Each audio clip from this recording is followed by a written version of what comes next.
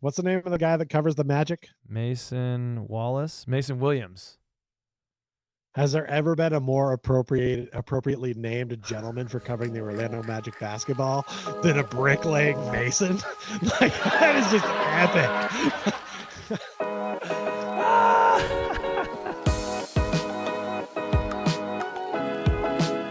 Welcome everybody to Court Cousins episode 77. My name is Kyle. I'm joined as always by my co-host, my lounging cousin, Jason the Peach. Look at him there. Wow. Doesn't he just look opulent hanging out in that nice chaise of his? Opulent. Yeah. We should turn this camera around. You would not see opulence, but you'd see what appears to be the bedroom of a 40-something-year-old toddler man. Toys askew. Hey, don't you throw shade. This is not that segment, and I hear you have a new couch, a new car, and a new lease on life, buddy. Indeed. Yeah. Facts. Okay, enough of that. Tell the people what's happening on today's show. Do you know, Peach? Do you know what's happening? I do. I knew what's happening on this show. We're going to do an emotional check-in. We'll describe that. I mean, we know what we do. We do it at the top of the show. Then we've got news, notes. We've got the social media roundup. It's going to be the really hearty beef of this show because there's a lot going on, right? We did all kinds of fun stuff with the draft, and we've got free agency going on. That's what you're here for. So we're not going to bore you with some other segment where we talk about traffic lights or fill in blanks or make stuff rhyme. We're just giving you the good stuff. And then, of course, we will finish it off like we always do with a large ending full of random shit because that's what we do. Don't you go anywhere. Make sure you stick around for all of that. But before we do, want to give a big shout out to all of our supporters over on the Patreon. Shout out to our newest Patreon, whose name, I'm sorry if I'm mispronouncing this, you let me know. Shahin or Shaheen, one of those two. Thank you very much for signing up. Luis Rosario, Paulo and Franz's Warmth, Magic Player History, Matthew Bell, Damian and Gloria, and also a shout out to Ty, Mr. TV on there, and Yachty. Thank you guys and gals for supporting this show. And thank you all for watching. If you're watching now, please like and subscribe and all that good stuff. Share it to a Magic fan in your life, a Magic cousin perhaps. And if you're able, go on over to the Patreon. The show does cost some money every month to do every year, so we greatly appreciate the help. But Peach, as you mentioned at the top, Orlando Magic History is doing a fun thing right now on his Instagram. What do they got going on? He's starting a bracket of favorite Orlando Magic jerseys of all time. He's doing his thing. He's getting deep with it. I think he's putting up like one per day on his story. So get over there and vote. Do the right thing. Make sure that a good jersey wins it. We got a lot to choose from, but we got some bad ones too that need to get outed in the first round. Let's do the right thing. Get in there. That's perfect for this show, and we will be talking about clothing at some point during the episode. So don't you worry, second cousins. I know that's why you all came. Peach, as you alluded to at the top, we're trying different things, right? We had at the beginning of every show we do the social emotional check-in. We've done the Rolo check-in. We've done the psychological check-in. We've done the Are You OK check-in, and last year we had the Are You OK CP check-in. Now, you pointed out that the folks that have been the namesake of this check-in have not lasted long after we've named them, after we've dubbed the segment after them. So it's a little bit of a curse right now. So I'm a little worried about this one. We kind of fielded some suggestions from you, second cousins, and I don't even know if we can do it because he's technically not on the roster anymore, which you mentioned. But we have the emotional check-in, which makes a lot of sense. Emotional, it's right there. It's on the nose. Listen, this is tough. I didn't even know we had 100% decided on an emotional check until I saw you put this in there. And I was like, man, he's not even on the roster anymore. I don't even know if you put this on there before or afterwards, but we're really jinxing these players. I'm scared. I'm frightened. Hopefully he's already re-signed by the time you're watching this, and this is all just background fodder. But it is concerning. I did put it up there right before he got the option declined, which we'll talk about in just a second. So holy shit, the curse may be real, second cousins. I don't know. Maybe we should do it of guys on other teams we don't like. Just take some Miami Heat players. The Tyler Hero check-in. The Kyle Lowry check-in. Yeah, I mean, if we're gonna throw this jinx around, let's make it count. Okay, well, right now we're just gonna put positive vibes. It's good things. We're honoring the namesake of it. Right now, it's the emotional check-in. So I have chosen here a picture from Moritz Wagner's Instagram to describe how I'm feeling, and it is a childhood shot there of Moritz and Franz. I think it's Franz. I don't know who that other blonde-headed, gentle young child is, but it's Moritz. I'm imagining Franz. Moritz is just looking amazing with the flowing locks there as a youth in Germany, Almania, hanging out in the swim trunks. I chose this one, summertime teacher life, and the living is easy. I've been outside, Peesh, even though I am the pastiest human on planet. You know, you've got some of these genetics. The sun and I do not mix. French Canadian mixed with Irish. It is translucent. But my Syrian wife lubes me up really well with the lotion, and I put on a big old hat, and I got out there. I got into a lazy river. I went to the beach for a whole day, Peesh. I went to a pool, okay? I'm getting out there like little Moritz was, and I think something really why I check this, I'm checking in my emotions, is because I'm trying to capture that childhood wonder and what brings me real joy in life. And it's gardening, man. I've been gardening so much. I'm planting a fucking apple tree tomorrow, bitches. And I can't wait, Peesh. That's my check-in. I can't believe I got to follow that. That's tough. I mean, I'm a little worried about yours, too. I love this. I like the picture you chose. I think that's great. If that is Franz, that's great. I mean, those guys were out catching frogs in the creek. Like, they were having a banger of a day. Yeah. Kool-Aid was probably involved. I mean, that takes you back right there. It makes you feel good. I'm glad you're getting outside and not getting burned, because that is a rare thing for you. Yeah, trying to stay inside during the afternoon hours. But yeah, capturing that time when you were a kid, no cell phone, you didn't need that shit. You were outside all day, touching grass, playing games, using the imagination, man.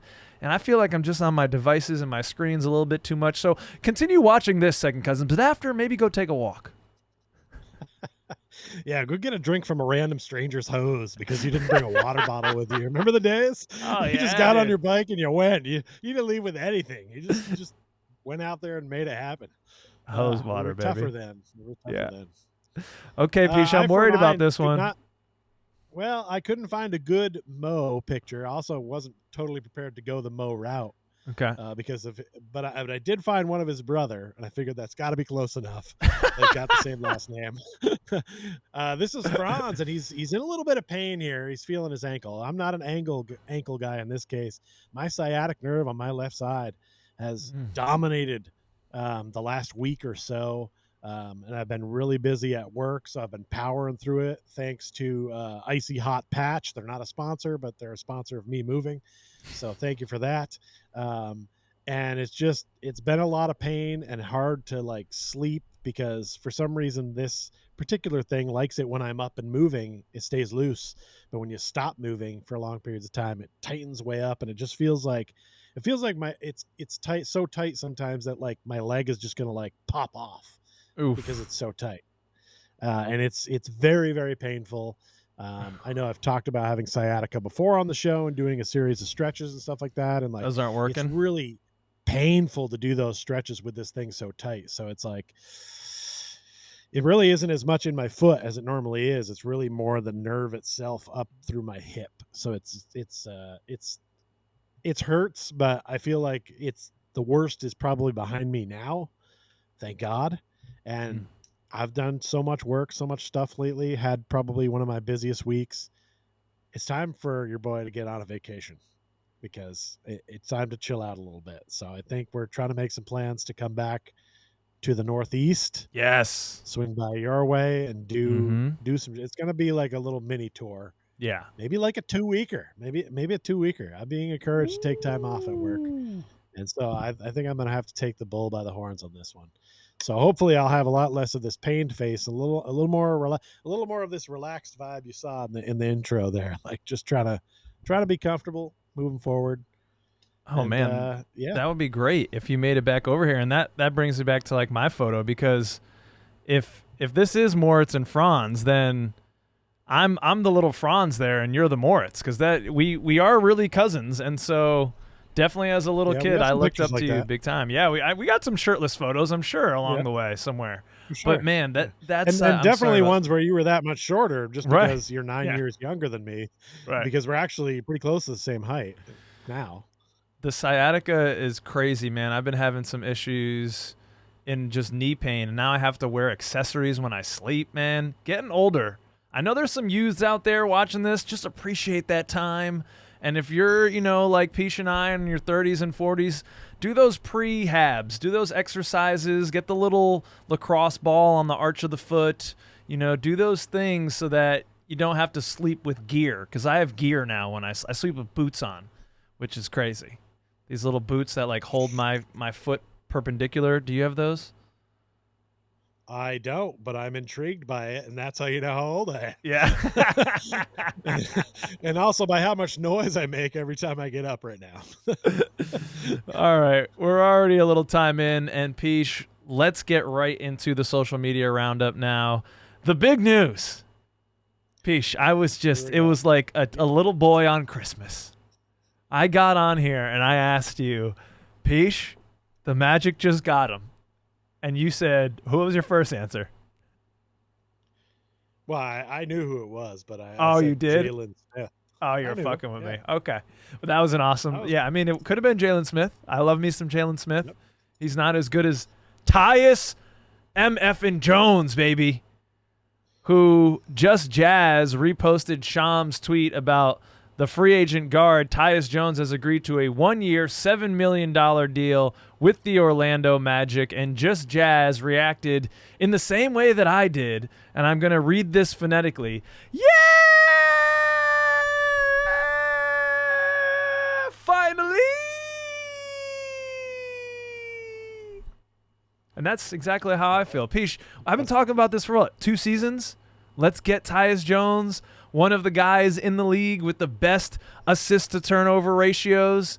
I mean, I'm looking at stats here on Tyus Jones. He's a 10-year guy in the league, veteran guy who knows how to win. You never hear about him in the papers.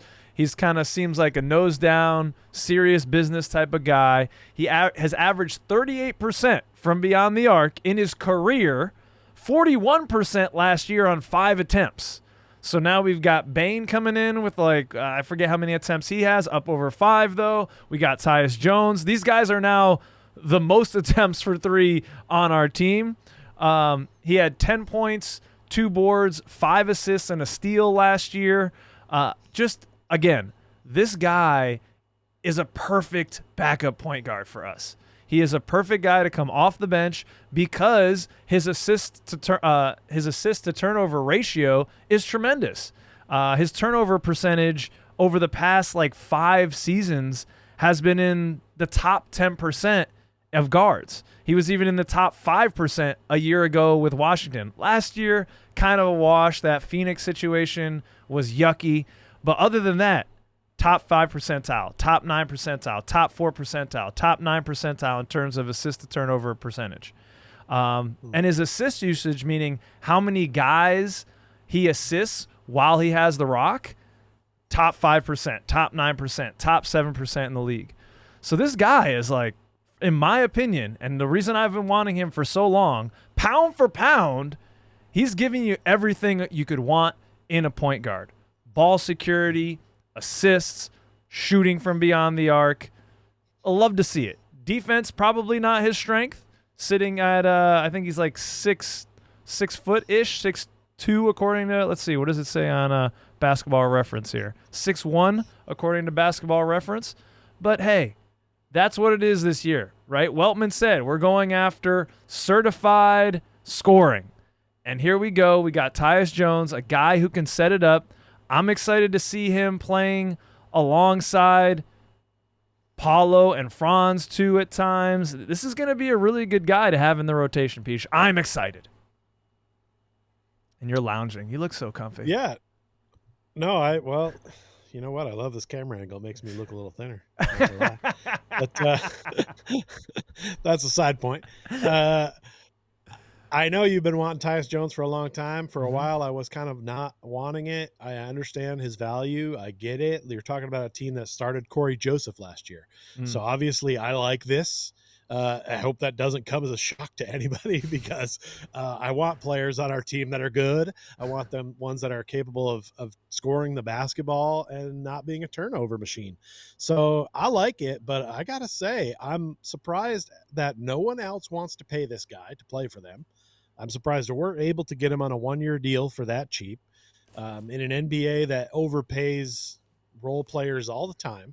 I can't believe that that's all this guy warrants. Maybe he wanted to come here. Maybe he was offered more and decided the Magic would be a better fit for me because now he can be on a team where he can play some meaningful basketball. I don't believe a lot of the country is super familiar with him since his years at Duke because he's played for the Wizards and he played on the Suns when they stunk. And like, we're just not that familiar with the average fan, not that familiar with his game. But this is a good spot for him. And I know you said you thought you see him as a backup. I'm sorry. I see this man as our starting point guard. I think he can push Jalen Suggs out of that starting lineup, and maybe Jalen Suggs is in at the clutch time if we need defense because he's not a true point guard and you know it. And I don't know if they planned on having Bane be the point guard. I know he's capable. I know he's a playmaker, but I mean, just pure, you saw how often Corey Joseph played last year. Tyus Jones is better. Yeah. You know, so what makes you think this guy's not in the conversation to play point guard? Now I know Jalen was out for a lot of it, but you know, if that experiment doesn't work, which I know you're sort of on the fence about, this guy could push him for that, or you know, be the first off the bench real early, or this could have really affect Suggs' minutes, but in a positive way for us because it means Suggs either improves a ton and keeps him on the bench, or Suggs is part of the bench unit, which I'm also okay with because now our bench has a defensive stud. Come on. And has somebody that I like. Yeah, he's not making $35 million coming off the bench, but you're absolutely right. He's going to be the end of game 5 includes Jalen Suggs and Desmond Bane. Those are your guard positions. Interesting idea though. Interesting idea, you know, with Tyus to start. I think Desmond Bane is the point guard. Yeah, you're right. I'm done. I'm out on the Jalen Suggs experiment as point guard. He's not. So I think they're going to put more of the ball handling, playmaking in Desmond Bane's hands. It is. I mean, it's a little shocking because of his size, his lack of wingspan. That's very un-Weltman-like. Yeah. But he is a Duke player, so that's a check because we have to keep putting players from Duke and Michigan on our team because those are the two colleges I dislike the most. So you got to love it. Get the North Carolina guy out of here. Let's bring in some more Michigan and Duke guys. I really still can't believe we didn't get Danny Wolf. I can't believe it. I can't believe he's not a member of the Orlando Magic. He was right there. He was right there. We're going to talk more about the draft. Don't you worry. But as we were getting set up for this show, literally this dropped and shit, I forced Peach to lead the show with this. He wanted to talk about some other shit, but no, I said Tyus Jones needs to start.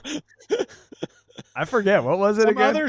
Some other shit that I wanted to talk about was the NBA Finals and the NBA Championship. Like the thing that all of this goes towards, by the way. Just wanted to point that out. No, with two teams that I don't care about. That Game 7 was tough to watch Tyrese Halliburton go down. We're going to talk about that more later. Tyus Jones is a great ad. I'm going to be interested now. I mean, the rotation is really spicy, Peach. And there are guys front to back in this who are NBA players. We've had a few years here where there are guys on the fringes that we're trying to figure out, are you even an NBA player? And maybe Tristan da Silva and Anthony Black. Well, I don't know. I think Anthony Black has already proven he's an NBA player. Tristan da Silva, to me, has, but not to the rest of the league. There have been guys we've been trying out, you know. So now we have Tyus Jones here. Is he the sixth man? Does he come off? And then Jalen goes on. He's playing with Anthony Black most likely. That's great because Anthony Black is huge and can probably cover up some of the defensive liability that we're going to have with Tyus Jones. Anthony Black can take the best mark on the other team. So Man, I'm excited now that we were mixing in some shooting and ball handling and playmaking into that secondary group as well. Yeah, we're basically doing a lot of what I've been asking for, which is we're now putting some other players around. I love what you said about trying players out to see if they're NBA players, because that's exactly what we've been doing for way too long, Yeah. standing pat with these young guys and trying to see who they were and what they were. And it was like, well, we know what they are now. Like, so let's get some guys in here that are around it. I had compared the Pistons roster last year and said, look at all these guys they brought in, role players, good players, guys that have been in the NBA, shooters, guys that know their role. And now we're starting to do that. And that's fantastic. We got a guy up at the top that can be on the starting blocks. Now we've got a guy that we can mix in with the bench unit. I like what we're building. I kind of hope we're not done, but I know we're running out of money, and I'm Yeah. kind of just like, what? Like, we're doing a lot of guard stuff now and a lot of ideas of 3-point shooting and stuff like that. And they seem to just, man, I think they really love our big man group, because there's nothing going on in that department. They didn't do anything in the Well, draft. They don't seem to be talking to yes. anybody tall. It's like, come on, we still haven't re-signed Moritz. Can we? I mean, what's Yeah. up? Well, let's talk about that. Here we got Moritz. I mean, the thing that is happening in the big man department is that this from M Sports, Moritz Wagner is now a free agent because the Orlando Magic have declined his $11 million option amid the Desmond Bain trade strategy shakeup. So, to kind of explain this, I saw this post from Yasi Goslin. Don't know who this is, but the information seems good here. The Orlando Magic get below 187.9 million luxury tax line by declining Mo and Caleb's contracts. They'll need to reduce more payroll in a trade to use the entire 14.1 non-taxpayer mid-level while avoiding the tax. Both players can be re-signed with bird rights. And there's a little graphic here because at the time of getting rid of Mo and Caleb, they're $7.7 million under the luxury tax. And so I think Yazi was thinking, all right, they could cut some more and then use the non-taxpayer mid-level to get a $14 million player and then re-sign their guys if they want to go into the luxury tax. Well, it looks like the Magic are not proceeding with that strategy. They're not trying to use that non-taxpayer mid-level exception, it doesn't seem, and they're happy with their target, Tyus Jones. They could continue to make trades and offload people and offload $14 million more and use that exception, but probably not. I would think they're probably done. They've used up almost everything right up to the luxury tax line, and now they can re-sign Moritz and Caleb because they are bird rights players and go above the luxury tax. You couldn't sign another player, I don't believe, and go into that luxury tax like a free agent, but you can because these are our guys and have been with us, what is it, bird rights 2 seasons or something like that. So we'll see. I don't know if the ownership wants to be a luxury tax paying team, Peach. Do you think there's going to be more moves here, or are we going to re-sign both of these guys and go into luxury tax? What do you see happening with Moritz and Caleb? It's tough to say. I'm not sure what I mean, we just got a new logo in New Jersey, so they're going to be making a lot of money in that department, right? Everyone's got to get the new stuff. So Yeah. maybe that helps with the luxury tax. I don't know. Look, you're going to put us down for probably 3 or 4. So just let you know. But I don't. Maybe we're done with Caleb Houston. I think he Yeah. might not be back. I'd be surprised if Moritz doesn't find his way back, Mhm. especially knowing that's a great way to break that down. By the way, for people who are not really paying attention to how all that stuff works, it's. I think he's got to come back, especially since we haven't added another big man. I think if we had added one, maybe I'd say, oh, maybe they're just kind of out of the Moritz sweepstakes, because I got to imagine that some other team would probably come with what he was asking for in that player option or more, right? For a year or two, probably even come with a couple of years. I mean, based on what they've seen from him when he can play, he's a contributor. He was in the conversation for the 6th man of the year award last year before he went down. I mean, he puts up solid minutes and numbers. I'd hate to lose what he brings to this squad. And the only way I feel good about our bench is if he's a part of it.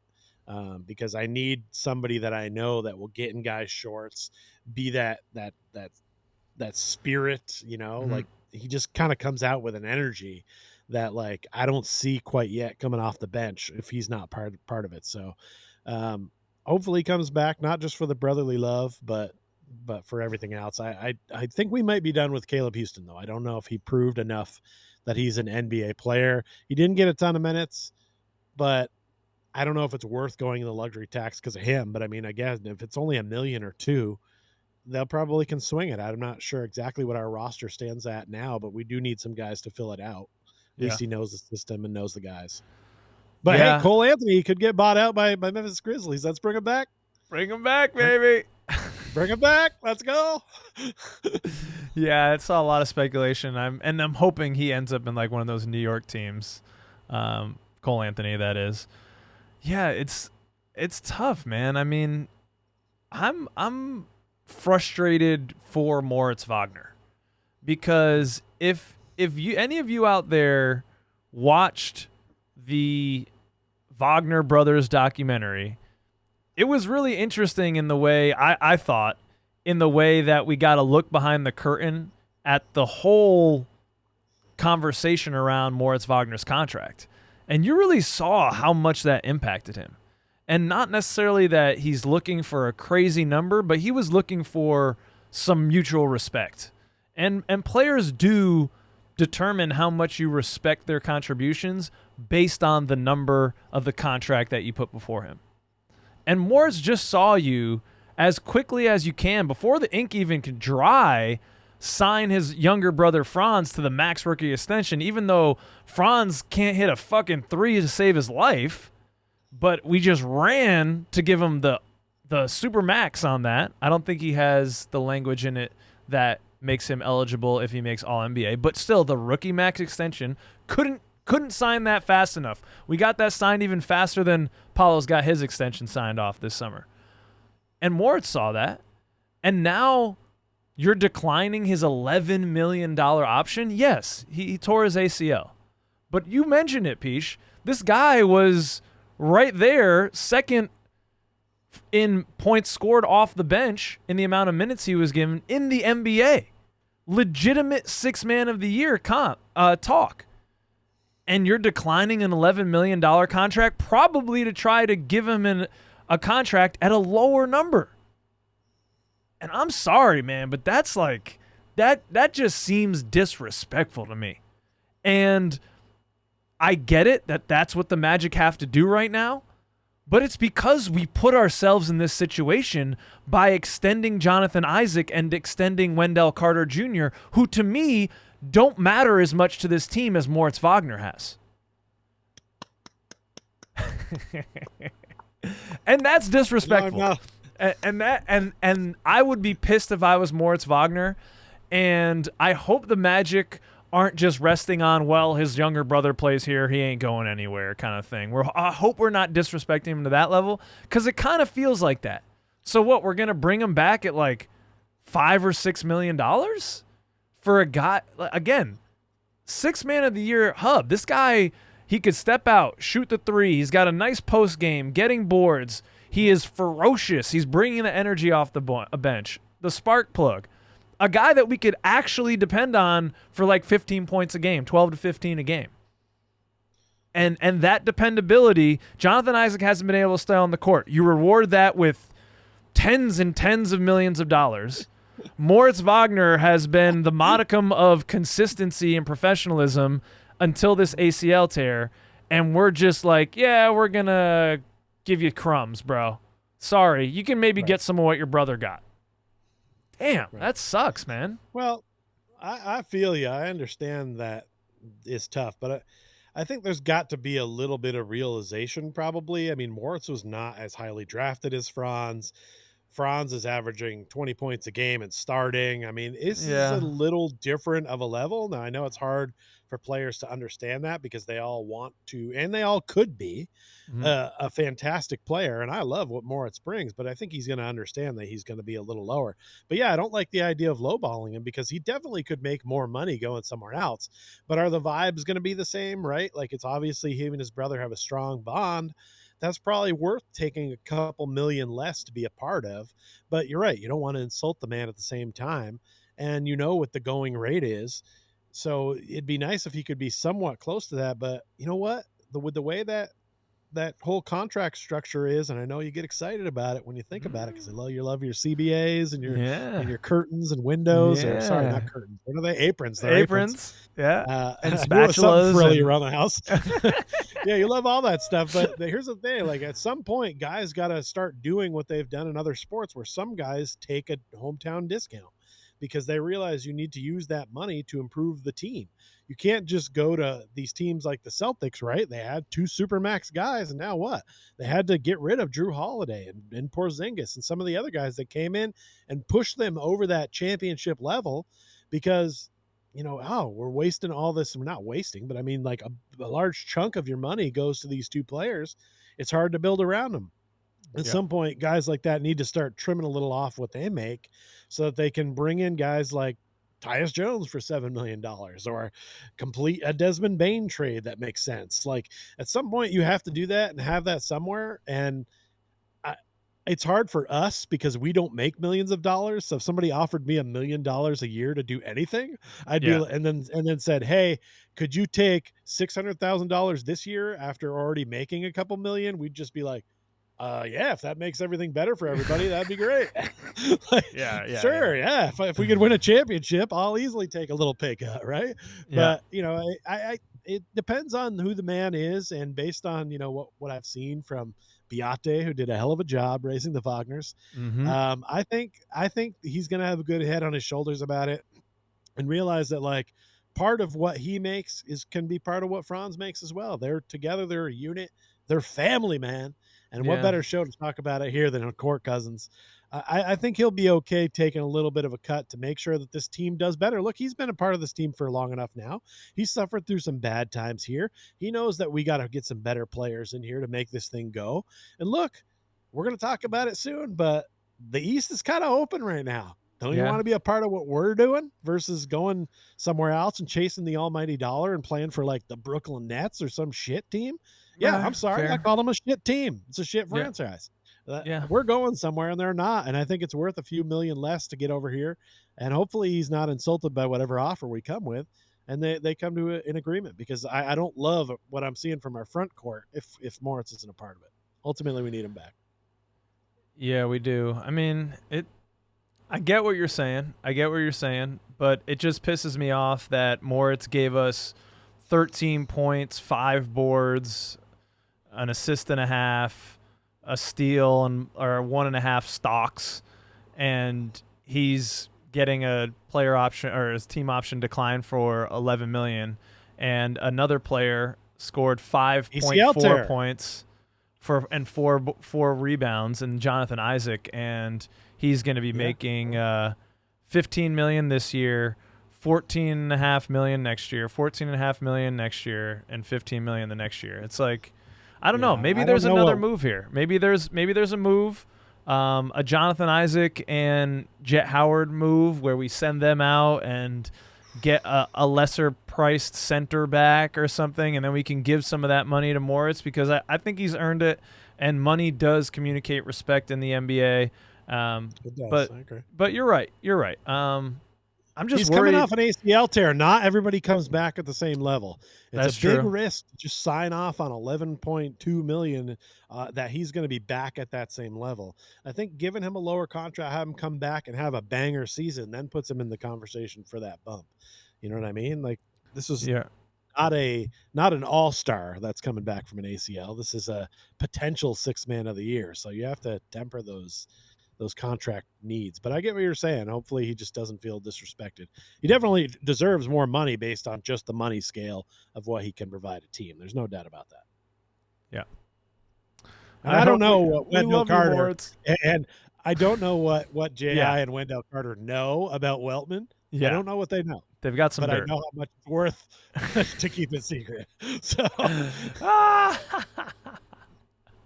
I wish I knew even a quarter of that secret. It's he's got the nasal thing. Maybe he's doing some, and that's what they know. I have a hard time watching him speak, man. He bugs me. He Yeah. bugs me as a I don't human know. being. Like he He's. just, I mean, I like, feel bad because he's probably dealing with some serious medical stuff. But it is. maybe. Yeah. I don't know. He just, there's something about him rubs me the wrong way. Hold on. Oh, I'm good. I'm ready to go. Interview me. Come on. Give me the questions. All right. So we talked about the trade, or not the trade, the big free agent signing and Tyus Jones. We talked about Moritz's option not getting picked up and what's going on with that. And now what was going to lead the show is the rookies, the draft, Peach. We haven't talked since the draft. We have it here from the Orlando Magic handle itself. Got our guys. We have Noah Penda in 93 and Jase Richardson in the 11. And that's my lucky number. So I hope to hell he pans out so I can get myself a Richardson number 11 jersey. That would be sick. These jerseys look really slick on them. Go back to the last episode if you want more jersey talk. Oh, yeah. But You're right. They do look clean. they look really good. I guess we should start with the number 25 overall pick. That's Jase Richardson, son, of course, of Jason Richardson. This one's from Welt God. No comedy involved in this, just dead seriousness. 5 days after the draft, and it still feels wild that Jase Richardson fell to 25. He was a projected lottery pick, may have gone top 10 last year, and only dropped because of combine measurements. Feels like an absolute steal. Make it Magic. And a nice side-by-side of Jase and his father, Jason. I'll start on this, Peach. I mean, I don't know. I didn't know much of anything about the draft. We did the little episode with Raph. He's the person we know best who knows these college kids. I don't watch any college basketball, really. Raph and I did not talk about either of these guys as a potential pick for the Orlando Magic. But Jase Richardson, 6 foot. That's why he fell, as Walt got alluded to. 6 foot, 185 pounds, soaking wet. 19-year-old freshman Spartan from Michigan State University. 12 points, 3 boards, 2 assists, and a steal a game. He shot 41% from 3 on 3.2 attempts. He definitely has some ball handling and some of the shot-making chops. He can shoot off the dribble, and he changes speeds well. He's got a little bit of that Erky jerk movement like this point guard on my shirt here in Markelle Fultz. And for being a small guy, he gets after it on defense. He's 6 foot, but he has a 6'6" wingspan.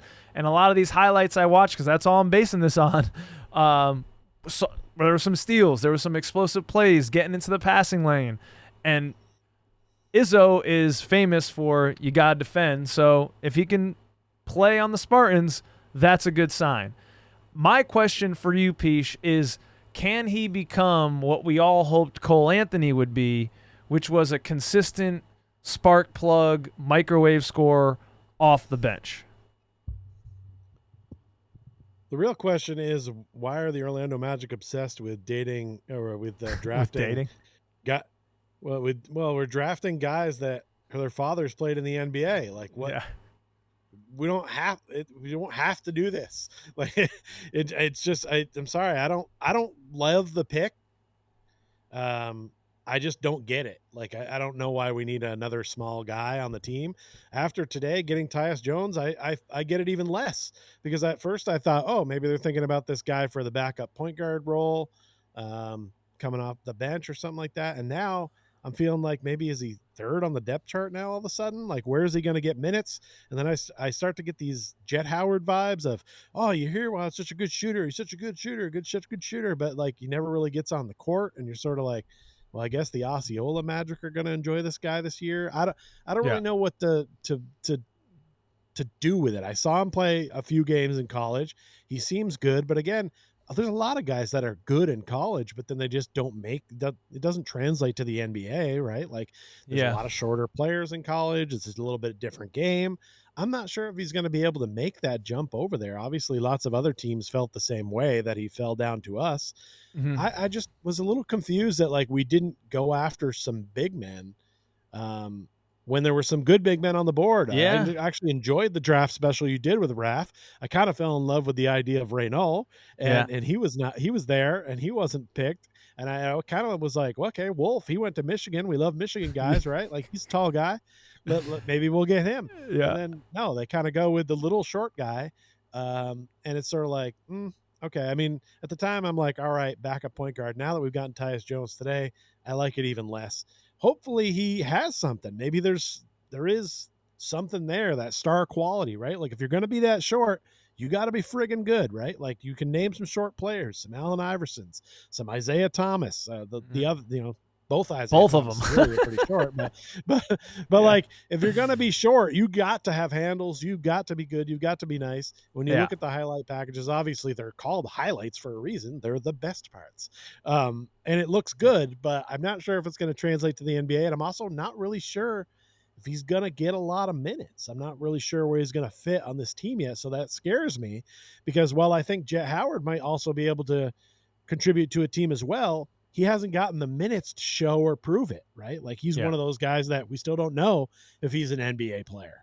So, I get that's what you get with draft picks where you get some guys that you're not really sure of, but I did like the Noah Penda pick. We'll get there. Don't jump the gun. Don't jump the gun yet. Oh, you want to talk more about Jase Richardson? I have more.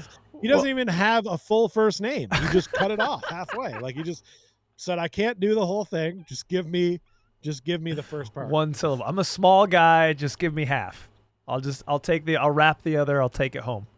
I mean, yeah, he is a little. He's 6 foot, which is my height, but that's Lilliputian. He's in the Lollipop Guild in the freaking NBA, and I mean, I look at him, man, and he looks like a kid. Like he looks super duper young, and his body's just not developed. He looks like a high school kid.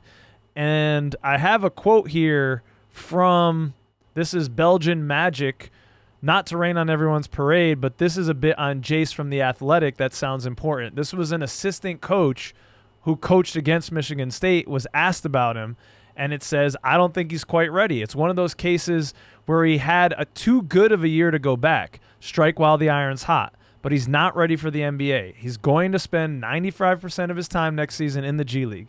He just doesn't know how to play. And I love the kid. We recruited him. Know his dad. The mom's awesome. They're great people. He's going to figure it out, but he's not ready. I hope he doesn't go to a franchise that's impatient with him. The reason he's leaving is he has to leave. It's not because he's ready to leave. He has to leave, unfortunately, because they're going to draft him. They're going to draft Jase Richardson. It's going to take another year or two before he can help a team, even the bad ones.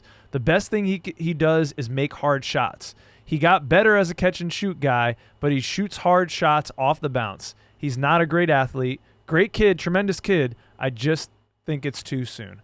And, I mean, I guess that's probably the plan for him. Like you said, he's going to be spending a lot of time in Osceola, especially with this move. 1 year of Tyus Jones, you figure, all right, well, we're not going to see Jase Richardson for a year, at least. Yeah, that's good insight there. I don't have a graphic to back this one up, but I know you can look up I believe it's the Phoenix Suns GM or owner. Oh, yeah. I actually think the owner went to Michigan State. Ishbia, he played on went to Michigan State. He was a walk-on, yeah. Knows Jase Richardson. Yeah. They had a chance to draft him and didn't. So right. What's that tell you? I mean, if you know somebody and he's in the wheelhouse and it could fit with your roster, like I know they have Devin Booker, got tons of guards, Bradley Beal, but yeah.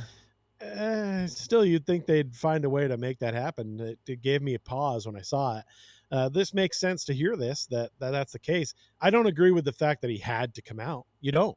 I don't like all these players coming out early. I'd rather see them stay in college, get that seasoning there, man. Like play well there. You can make money in college now. You don't have to come out because you need the money, like especially him as well. Like it's not like you needed to buy his dad a house. So you think he's probably doing okay. Like you didn't need to come out this year. And if he stays in another year and comes out in a weaker draft, he probably goes top 10, right? Yeah. Like if he stayed in another year and had another great year, which only improves the money he will make. So like, I don't like that concept of, oh, guys got to come out now. I don't think it's real. I think if you think a guy has to come out now, it's because he's peaked and he's not going to get better. So that frightens me. But so he's saying already, yeah, he's got to go saying he doesn't know how to play. I know that's a bold statement. Like, and it's a pretty offensive statement to say to someone that just got drafted in the NBA draft that he doesn't know how to play. Like, choose your words a little bit better. Say he needs to learn this part of a game or something like that. Don't say he doesn't know how to play. Like, I don't know how much faith I'm putting in some of these quotes here, but I'm not going to ignore the fact that he obviously has some insight that we don't, and I respect that. And yeah, like I said, I don't see a spot for him to get regular minutes, and the G League is a spot where he can at least try to improve his game. I would like to have seen some guys we've had from the G League come up and have that actually cross over to like feel confident that we can do that. And we haven't. And like, we've said before, Cole Anthony had some moments on a team where we needed bodies, but none of these guys have really panned out so far. So it's like, we got rid of a short guard that can't defend. And then all of a sudden we start bringing in other short guards all of a sudden. And it's like, well, what's up with that? Like, it just seems a little odd to me. But yeah, I hope I'm wrong and that we've got a diamond in the rough here. But yeah, it doesn't sound like we should expect much from him this season because he doesn't know how to play, according to this guy. Yeah, definitely take that with a grain of salt. This guy probably lost to the Spartans. He's fucking pissed off, and he was spurned by Jase, right? He said he recruited him, and Jase didn't select him. So there might be a little bit of, just saltiness there. He knows how to play. Yeah, he knows how to play. Whether he'll be able to play at a high level in the NBA, that remains to be seen. Yes. But when you're picking late in the first round, that's the chances you're taking. Right. We're not drafting somebody we propose to be a starter at 25 overall. Them's the breaks. Yeah, these guys, and we'll talk about Noah right now in just a second. Both of them are Osceola through and through all year. I think the idea here is, hey, let's put them back in the oven in Osceola, let them bake for a couple more years, and then, when Tyus Jones is no longer under contract, in a year when Jet Howard has maybe made his way somewhere else or whatever have you, and we need some guys to come in, they're going to be ready for that moment, and they're going to be able to contribute. That's the best case scenario, right? So let's talk about Noah. Here he is. Yeah, let's build an arc and talk about Noah real quick. I feel like this guy could see some time with our team this year because he does the stuff that Coach Mosley likes, right? That's true. And look, we lost some bench guys. We lost Gary Harris is gone. Caleb Houston might not be back. We lost some of those guys he likes to chuck in there that play defense at a high level. That's one of his things that he loves the most. He loves vets and he loves defense. And while he's not a vet, he has played some overseas in a high league. So I think after he kind of plays a little bit in G League or gets to know our guy, I could see him contributing as a bench, defender earlier than you think. I think what he does is translatable to the NBA game more, especially for his size and what he can bring defense. I know how much Mose loves defense. We've lost a lot of defense in the moves that we're making, and I could see him getting minutes simply as a shutdown defender. If we were willing to give minutes to Gary Harris and KCP got as many minutes as he did for the little offensive contribution, I don't care if he can't throw the basketball into the sea. If he can play defense, he will get some minutes for this squad, I think, this season. Yeah. I mean, you bring up the arc joke, but we did give up quite the cache of picks here, second rounders, to move up and draft forward Noah Penda, 4 second-round picks to move on up. So it was not quite enough to fill the arc, but definitely a small boat, perhaps. And you're right. It makes sense why Weltman did this, because this is Weltman's type of guy. He's 6'7", but a 6'11" wingspan, defense first. All of the draft videos are like, defensive, athletic, versatile, can't really shoot, needs to learn how to shoot. You're like, oh shit, I've seen this story before. Magic, he's a Magic. There we go. Yeah, so you're right. Like he fits the DNA of what Jeff Weltman likes, and I can see him playing more this year than Jase. Like I think Jase's G League, we're not going to see him at all.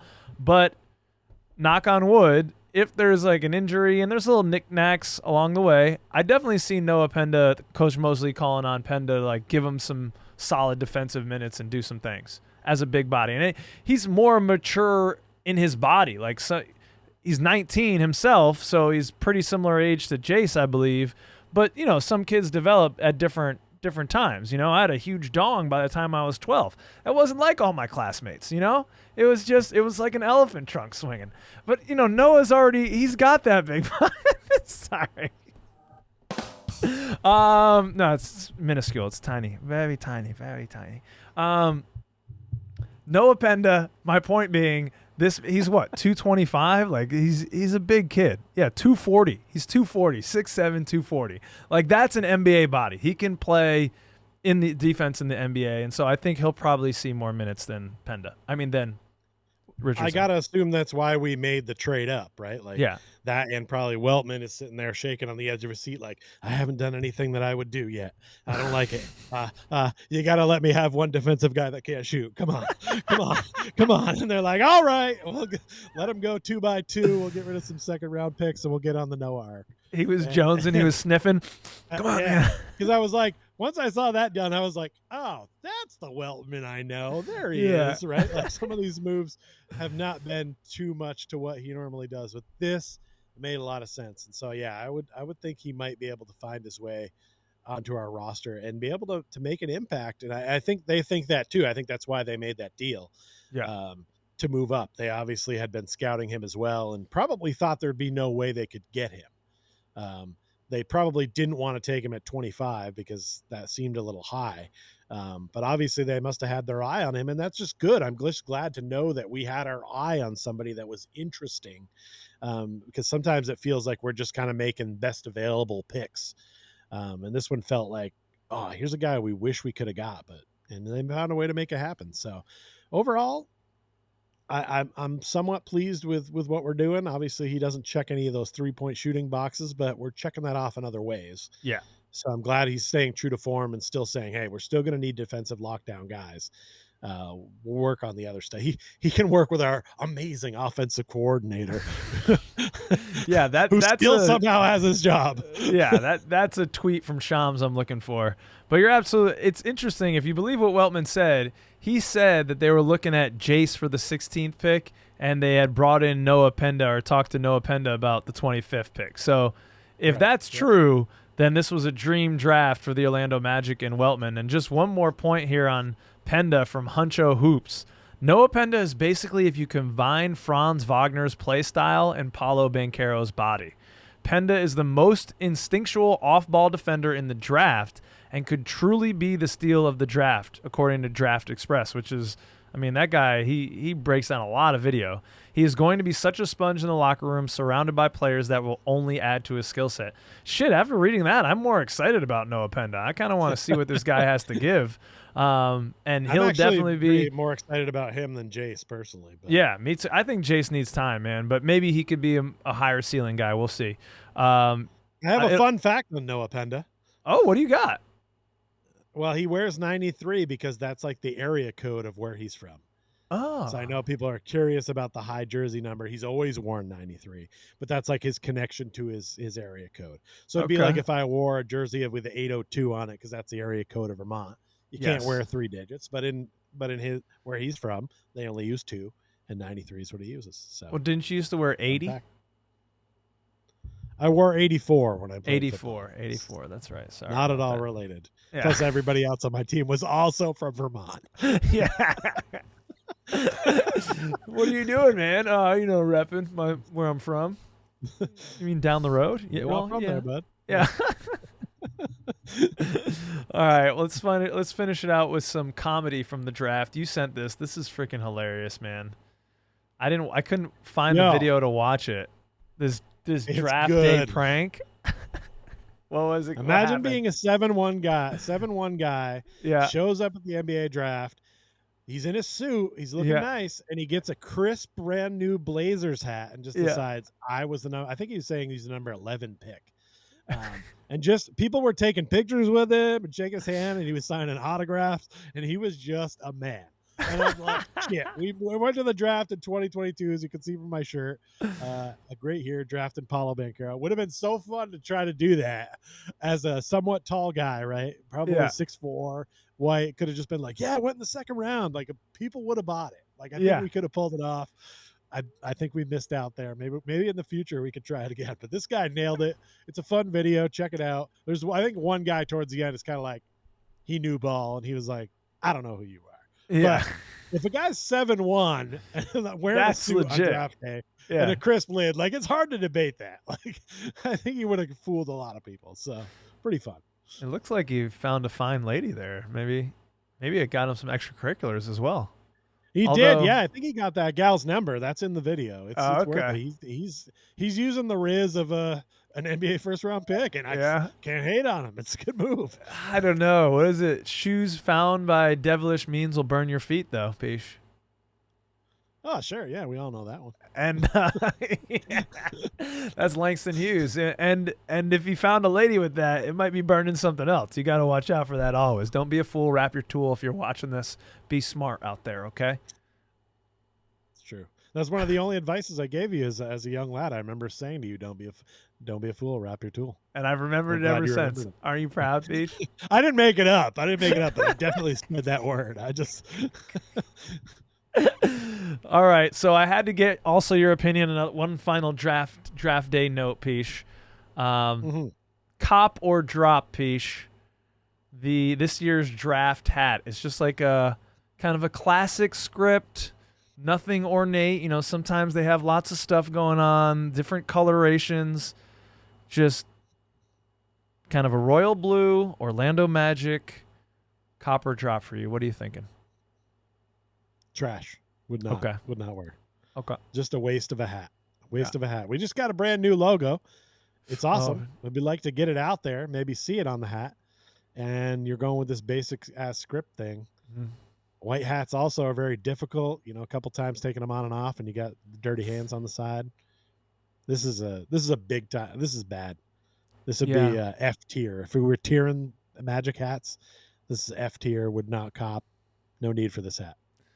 Yeah, it's a drop for me as well, dog. But I think that this is kind of that, I don't know, there's a group of the 20-somethings that are wearing hats like this, and I think it's appealing to a style that's happening right now, but it ain't for me. It's not my demographic. It's a drop for me. It was pretty split, though. I did post this. As you can see, 8,000 views. A lot of people responded to it, and it was pretty mixed. And people felt pretty passionately on either side. But I had a feeling. You posted this. Yeah. See, I'm gonna bring it on myself into the social media roundup. Look at that. That's good, and that's a good reminder that you should follow us on Court Cousins on stuff, Instagram and Twitter. And the store, Peach. And the store. We got Court Cousins on eBay. We're selling stuff. Hey, and also Card Cousins, which a lot of the stuff I open up on Card Cousins ends up on Court Cousins. So you can watch it on here and then be like, I want that, and then go buy it. And it helps the show. Yes. Somehow. Yeah. It all helps. Somehow it helps the show. This is something, Peach. This is probably somewhat a moot point now, of course. Yeah. I don't know if we're going to be making any more trades, but this was apparently a proposed trade before we got Desmond Bane. The Magic would have received Kobe White, who was oft talked about in the Magic community, sending out Jonathan Isaac, Cole Anthony, and 2 first-round picks. So what you put this one on the show, Peach. Was there a certain angle you wanted to take on it? Yeah, I like the look of Jonathan Isaac in a jersey that's not ours. I mean, I'm glad this didn't happen because we needed Cole Anthony for the Desmond Bane trade to work. Probably. I'm guessing maybe there was somebody else we could have thrown in. I don't know. But and I would have enjoyed Kobe White, but I think we did better with Desmond Bane. But it would have been nice to get out of the contract of Isaac. Of course, in this scenario, we still have KCP's contract. So either way, we've kind of got a contract we don't love. But I think I would have been okay with KCP getting a second chance with us a little bit more than I am with Jonathan Isaac getting a 5th chance with us, if that makes sense. Oh, it does. I feel like KCP may have just had an off year trying to drive with a new team. You still know he's very capable, and his defense was always good. That was never in question. I would have been okay with him being like our guy off the bench. I think that might have done better for him and his shooting as well. So in this scenario, you got White, but no Bane. I don't know. It's tough to have that predicting fortune teller glass ball thing. Right. I'm more happy about Bane than I would be Kobe White, so I have to look at it from that perspective. But I would have been also equally as happy to get rid of Jonathan Isaac. So it's tough. Yeah, I guess that is the debate on this. It's like, would you prefer have given up this package and only? I think the primary piece of it for you is Jonathan Isaac, but for most other folks, it's the picks. 2 picks in this trade versus 4 picks and a pick swap in the Desmond Bane trade. But the thing is with I'm looking at the wrong one. I'm looking at a Kobe White from the MLB. Did you know there's a Kobe White in the Major League Baseball piece? Sure. There sure is. That's a white ass name. Of course there's a Kobe White that plays baseball. The other thing is this trade, it was proposed, but it wasn't accepted. So like it may have not been enough picks, or maybe they didn't want JI, or you know what I mean? There must have been something about it somebody didn't like. I don't know if it was us. We don't know if it was us or them that denounced it, but it's hard to put this on total par because this is not an actual trade. This was just proposed. I mean, obviously you're going to propose a little less than you want, and then later you may have to beef some side up to make things work. So that's fair. But I mean, if it went through, the reason that it would only be 2 first rounders too, and I think this is a point that's been lost in the Desmond Bane talk a little bit, is this is the last year on Kobe White's contract. So then you have to re-sign him after this. So it's no guarantee necessarily that he would do so because he's an unrestricted free agent next year because of what the Bulls did with their with his contract. They didn't extend him. They signed him to a new contract, so he becomes an unrestricted free agent. So, yeah, it was a lot of – Desmond Bane's a much better player. Okay, he fits much, much better, I think, than Kobe White. And the additional picks is because Desmond Bane is under contract till, 28, 29? So he's going to be growing with this team, and that is the core. Whereas Kobe White, it's like you're giving up those 2 first-round picks, and he could go somewhere else, and that would be a colossal failure. Right. Yes, you get off the Jonathan Isaac contract, but otherwise it could have gone south. But on the flip side, bringing in Kobe White and then still having a couple picks to deal with, you still got that Kentavious Caldwell-Pope contract. Maybe you send that out and some, it could have been 2 players or multiple players versus the one Desmond Bane player, but I love what we have. I think the rest of the league loves what we have because I agree. We have a guy at the top of the lineup named Paolo Banchero, Pish. So all the other stuff. You mean a 6'9", 255-pounder and his big ass who wants to shoot fadeaways like EKD? What the hell, man? I don't even know why Paulo responded to this nonsense. It was a video posted of him like working out with Mike Miller, who I just don't like Mike Miller. He just seems skeevy to me. Also, can we get someone else in there to like body him up? I don't know. He just seems I'm not sure. There's something off there, but maybe he's a nice guy. He has a skeevy look, I'll give you that. But I mean, when you hear him talk and you hear guys talk about him, I think he's anything but. I think he's just kind of like has that face that Central Casting has given us for slimy agent guy. Right. And it's like I don't think that's him though. Yeah, and he also talked about Paulo's money, even though it's obvious he's going to get the max extension. Just as an agent, you shouldn't do that probably, but maybe that's me just putting some type of expectation on what an agent is, and that isn't necessarily needed. But Paulo responded to this moron on, I don't know what it was on, Twitter, Instagram, not sure. He says, "Damn, when did it become wrong to work on my face-up game and my touch in the lane? Shit, that's shit basketball players been drilling since the inception of the game." Facepalm, laughing emoji. So he's lighthearted here. I don't know why he responded. In the video, it's just a very short clip. He's working. Mike Miller is like guarding him in the post, and he's just doing different moves. He's working on a floater too. Ridiculous. I mean, hey, you know what? You know what he's doing? He's doing a move that I've seen somewhere. I think it's in front of the AAC here in Dallas, and it's Dirk Nowitzki in that same exact pose because he was good at them. Yeah. He scored a lot of points with them. it's a acceptable way for human beings to score, and it's just sort of, yeah, I can't believe Paulo graced this with a response. It kind of makes me feel like I could reach out to Paulo about something like way less like more serious, and he would totally respond. Maybe. So I'm trying to turn up something. Give me some ideas in the comments.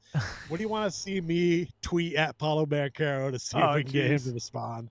Something positive though, because I love Paulo Banchero. I will not have any of this slander about his big ass and shooting fadeaways. But let's see if we can get Paulo to respond to Pish at Court Cousins with something. So give me some ideas down there. I want to see some good ones.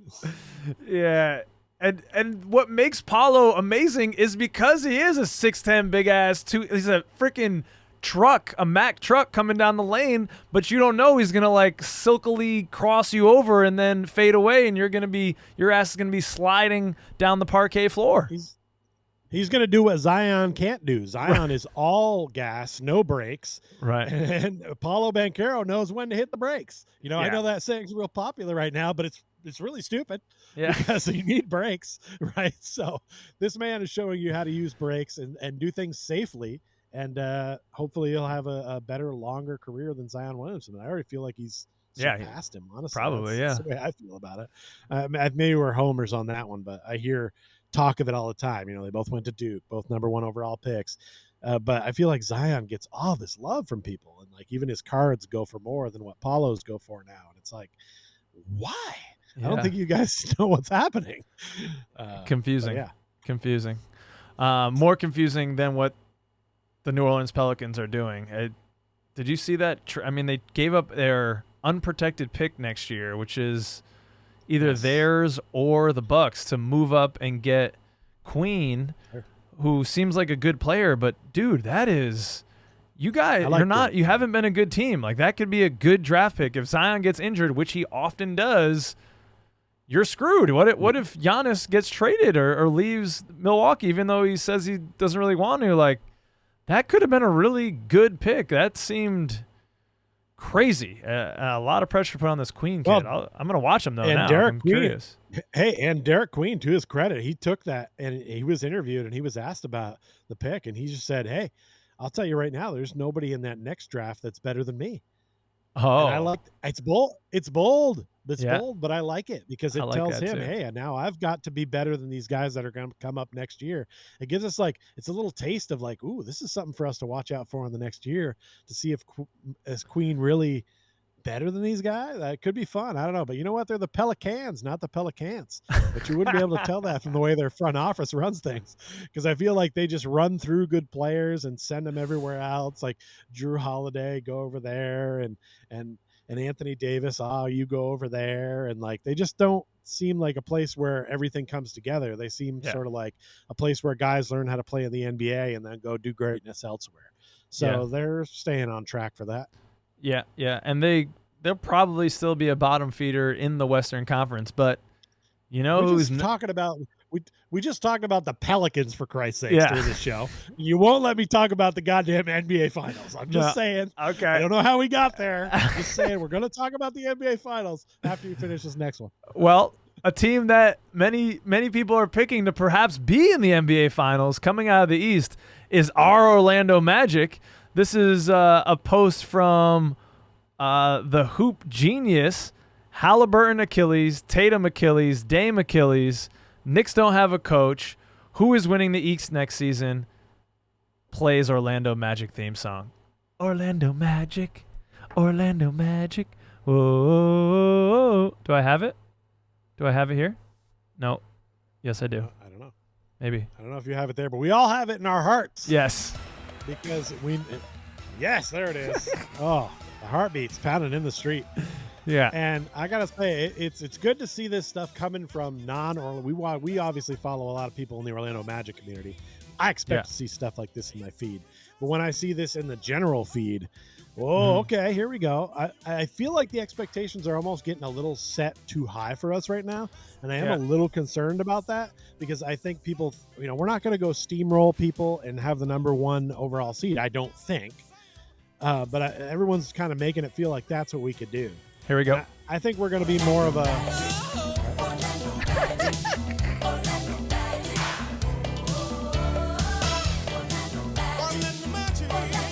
All right, sorry about that, Peach. Didn't mean to cut you off. We're gonna Dance be more break. of. Hey, sometimes you got to have a dance break. It's cool. I get it. So what are you thinking realistically?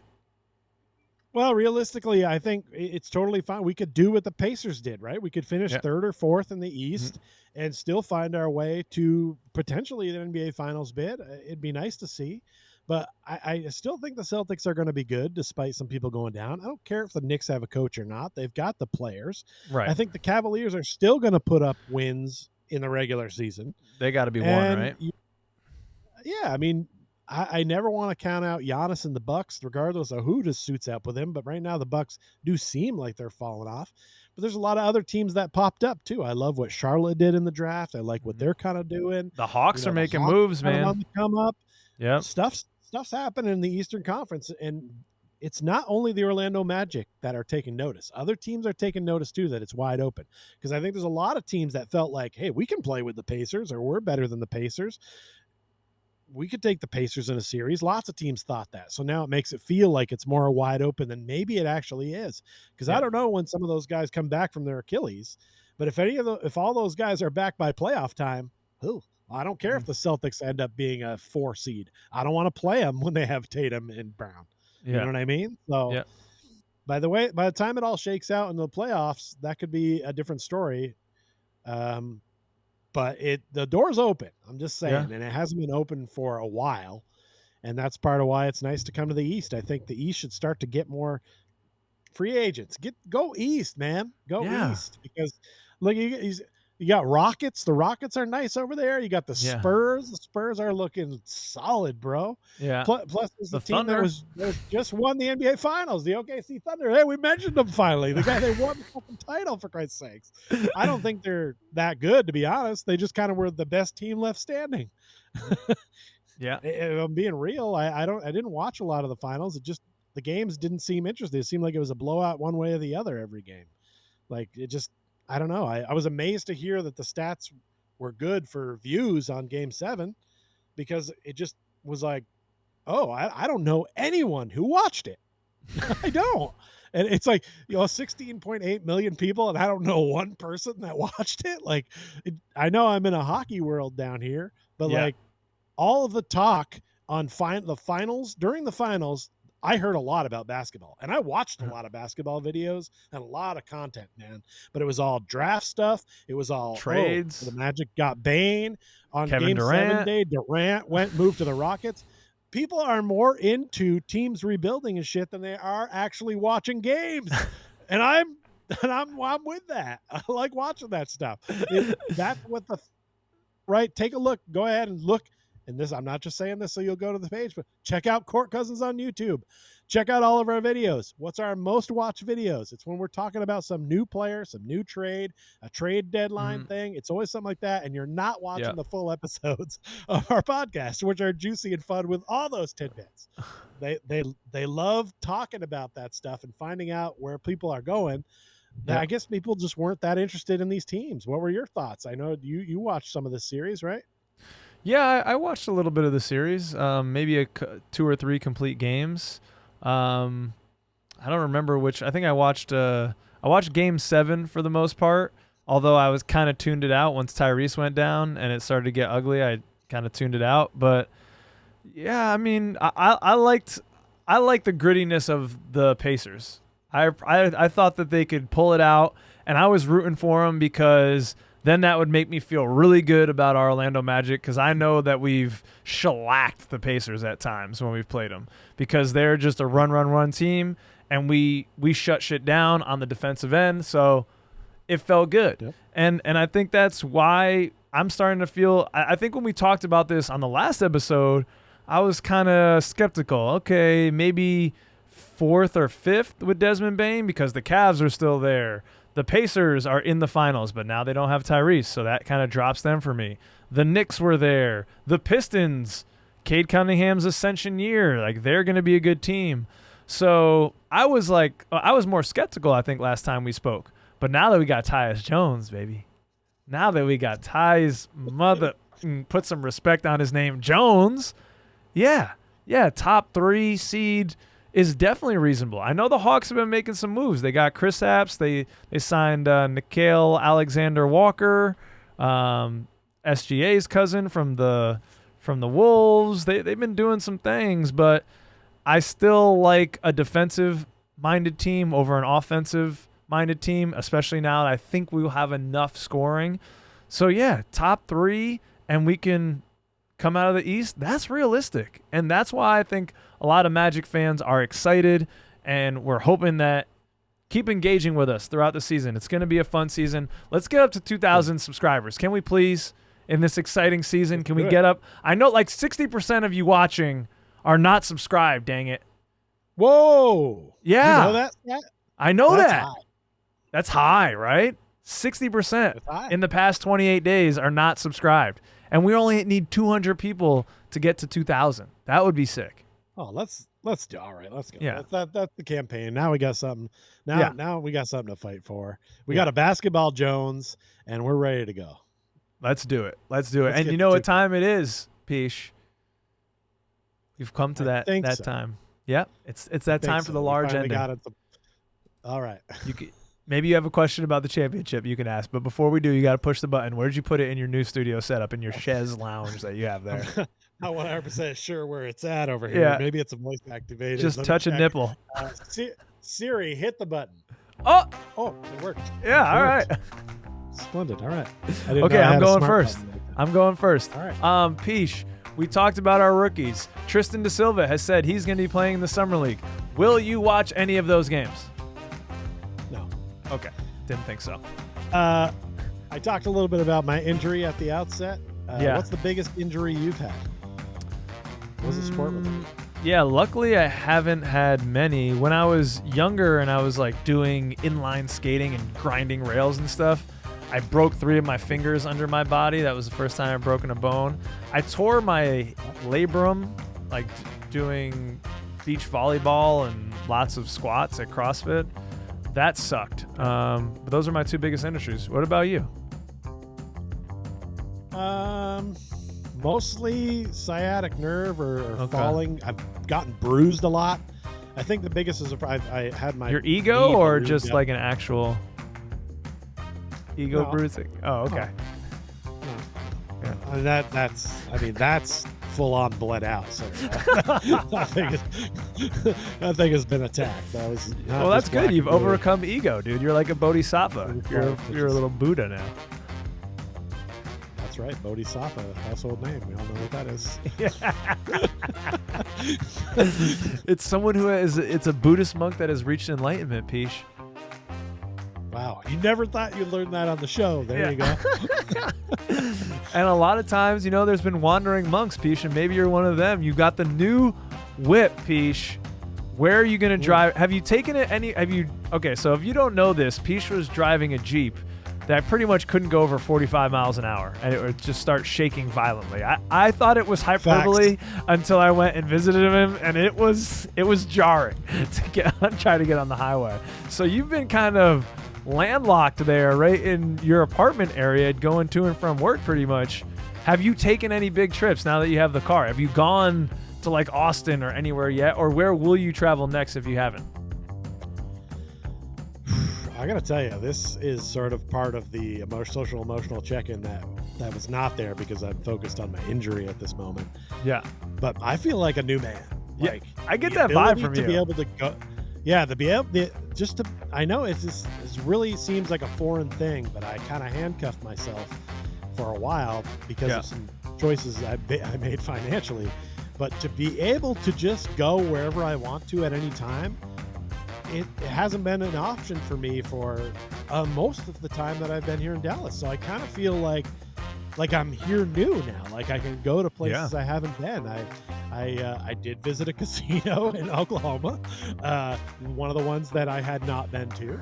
I am going to Austin at the end of August for a wedding. Nice. So I will drive down to that. But yeah, in general, mostly shorter trips, but like trips I would have never taken. Getting to work, I have shaved 10 to 15 minutes off that work commute, just hopping on the highways and paying tolls like a regular human being, and being able to go 65, dare I say 70 miles an hour, because that's the speed limit on these highways. Oh, I'm loving it. This is a very thing that people take that kind of stuff for granted, much like we talked about. Hey, youths, when use your body and take advantage of it while it doesn't hurt and it's not sore. Hey man, if you can drive legally and you got a car that works and you can get around and do stuff, go do stuff, go see stuff, go be a part of life. And I'm excited because I feel like that's kind of starting here now, and I've already been here over 2 years now. Yeah. And so it still feels fresh, which is nice. That's cool. That's cool, man. And awesome. I signed a lease here, and this will be 3 years in the same place for the first time since 2008. Holy shit, man. I mean, I've been in the same areas, but I've moved apartments within those areas. But I will be in this physical spot, this address, for the same 3 years, which is a little ludicrous. But here we go. That's trying awesome, to man. be a regular human now. Yeah. No, I feel your energy. When you got the car stuff situated, I felt your energy come up, man. I'm really happy for you. Thanks, brother. Speaking of energy come up, I once in a while I like to watch cartoons. It gets my energy up. And I was wondering to myself, I say, wonder what Kyle's favorite cartoon is. I know you're still watching a lot of cartoons as an adult. There's a lot of adult-based cartoons now, some good ones. Sure. I watched Invincible a while back. I enjoyed that quite a bit. What was your favorite cartoon as a kid, and what is it today? Is it different? Definitely different. I think I really liked, Ninja Turtles was sick back in the day. I'm trying to think. Before I would go to school, I would get up and watch a couple. There was like Transformers and Beast Wars, which was a Transformer offshoot. Yeah. And was it not Captain America? Oh, Captain Planet. Captain Planet, he's a hero, gonna take pollution down to zero, gonna fight them, something like that. Yeah. Oh yeah. So I don't really watch any of those shows anymore. The only cartoons I watch would be Star Wars related pretty much at this point. Or like South Park. What about Rick and Morty? Rick and Morty, SpongeBob? True. No, I never got into SpongeBob. No, that was kind of after. Yeah, not after me. But those are my favorite cartoons now. Those more adult cartoons. Okay. Rick and Morty, South Park. Yeah. What about you? Have you remained loyal to Peanuts? Yeah, no, South Park is fantastic. I love Peanuts, but I don't recognize it as good as it was when I was younger. But it has a special place. I feel like it helped raise me in a way. Yes. So it has a special spot in my heart, but I don't think it's definitely not as funny or comedically interesting as a lot of other shows. I can't hold a candle to South Park, Family Guy, Rick and Morty. You know what I mean? There's definitely more entertaining shows out there, but But in our family, Pisha's synonymous with Snoopy. I mean, you must have gotten so much Snoopy shit over the years from people. Our family also was a lot of Snoopy. Our aunt actually had a dog named Snoopy that predates both of us. So, I mean, it kind of came from a lot of our family. My mom is a big Snoopy fan, big Woodstock fan. Snoopaholic. I think it's part of it. I'm part of the Snoopy fan club, by the way, since 1984. I've got a card. I'm a card-carrying member. I can't believe that. It's a large ending, yet there's still 2 left. A group that I was not a card-carrying member of was the Boy Scouts as a child. Nadra and I got this tent secondhand. We thought it was going to be great. Picture looked awesome. I've never seen a tent so hard. We tried for about 45 minutes in my backyard to set up this freaking tent. Could not get it set up at all. And so I'm just wondering, Pish, have you ever done any camping? You ever been a camper? Yeah, I don't think you've ever really been a camper, would you say? But have you gone camping, and what was that experience like? Bro, I've camped. I'm from Vermont, dude. That's true, but you hate a lot of the like quintessential Vermont things, like smoking weed and fish and things like this. You are correct, dude. You are correct, but everyone else I know loves that shit. Okay. So that means I had to go do it a few times. So yeah, I've put together many different types of tents. You're right. Sometimes tents are tricky as hell. If you don't have instructions and you just got to make it up, sometimes they're tricky as hell. But yeah, I've camped before now. Well, when you come by, we'll see if you can get it figured out. It's not comfy. Yeah, well, Well, now I'm more excited to visit. I get to come there and put together a tent. It's going to be great. yeah, and all types of other fun things like that. We're gonna do our taxes, and we're gonna. Yeah, it's like when I go over to your house, you're like, you either sleep in the attic or out in the tent. That's it. All right, last one, Peach. All right, so with all these changes to the Magic roster, and looking ahead to the schedule, let's not jump ahead to the playoffs. Let's just look at the regular season. What's the matchup you most want to see? Because some of these other teams have changed too, and that makes them interesting. Do you want to see Tyus Jones go against a former team, or maybe it's Bane versus the Grizzlies? Tyus Jones was drafted by the Grizzlies. I'm pretty sure he was a Grizzly. He was a Grizzly guy. So we've got a couple ex-Grizzlies. And those are Tyus Jones' best year when he got 6 Man of the Year hub was with the Grizzlies. So that is going to be an interesting matchup, certainly. I like what the Hawks are doing, and I'm excited to see how we stack up there. They got Kristaps, Jalen Johnson's going to be coming back. They got Dyson Daniels, Trae Young. That's a pretty solid squad. So I'll be interested to see how we match up against them. But Peach, it's becoming a bit of a rivalry. It's got to be the Cleveland Cavaliers. I want to go back, and I want more now with this revamped roster. I want to see us having a little bit more punch in us than we've had, especially from the scoring side when it's looked like, man, we just can't stop Donovan Mitchell. Hey, that's all right, because Desmond Bane's flame-throwing tonight. He's hitting 5-6 threes. It's all good, baby. We can go toe-to-toe with them now. Before it was like, can we hold them under 92 points? Now it's like, all right, let's see what we can do. We can let them score 100 and we can score 115. So I'm excited to see how this stacks us up against them because we're developing a bit of a rivalry. You have a team that you're looking forward to? I'd be looking forward to watching us play here in Dallas because I think what Dallas has done is interesting. I also would really like to see us bitch slap the Celtics with our ferocious game and be able to actually hit some threes, because obviously what we did even in the short 5-game series bothered them, right? We got into their psyche a little bit. So now that we actually have a little bit more firepower and they have a little less, let's fucking put them down a couple times. I wouldn't mind that. Hell yeah. I was gonna say that, but without Jason Tatum, it just didn't feel as good. We'll get them in a couple of years. Hey, you only play the team that shows up, man. What are you supposed to do? That's true. That's true. And you only get the show that shows up, and this is the show that's shown up for you, Second Cousins, all right? We hope you enjoyed it. Breaking some news out here. Tyus Jones is an Orlando Magic. It's great. Hopefully, by the time you see this, we've gotten Moritz figured out, and it's all good because that would hurt me. That would hurt the heart. Want Moritz back. Let us know what you're thinking out there, Second Cousins. Make sure you're liking and subscribing, all that good stuff. Peach, any final parting words for these beautiful people? Yeah, man. Check out Card Cousins if you're into sports cards. I'm opening cards of all the 4 major sports, talking shit. If there's a player I don't like, I'll throw his card across the room. I'll tell some stories, doing some shit.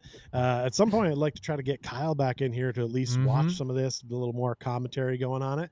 Yeah. But that's going. And also Court Cousins on eBay. Don't forget that we're there. We've got something you like. Even if we have the same players in common that we collect, there might still be something there you enjoy. Check it out. A lot of stuff affordably priced, might I add. So let's do it. Dale Murphy wants to remind you, go sign up on the Patreon. There's going to be, by the time you see this, we're going to be doing our Patreon Zoom call on the 1st of July. And Lewis has hooked up like a prize pack that we're going to be giving away. It includes a Rashard Lewis signed Magic poster thing that he made out of the wood carving that he made. Rashard Lewis signed it, and he's down to give it away to a Patreon. I'm like, what the heck, dude? He's like, yeah, do it. Yeah, exactly like that, but with Rashard Lewis's signature on it. Okay, damn. That's going to be given away to one of the Patreons, so go over to that, check it out. I really appreciate it. Until next time, we'll see videos along the way. Myself and some other folks will probably be doing the coverage of the Summer League. But yeah, Peach, can't wait to see you on the Northeast trip, sir. Indeed. Thanks for coming to our Luka Doncic numbered episode. Peace out, everybody.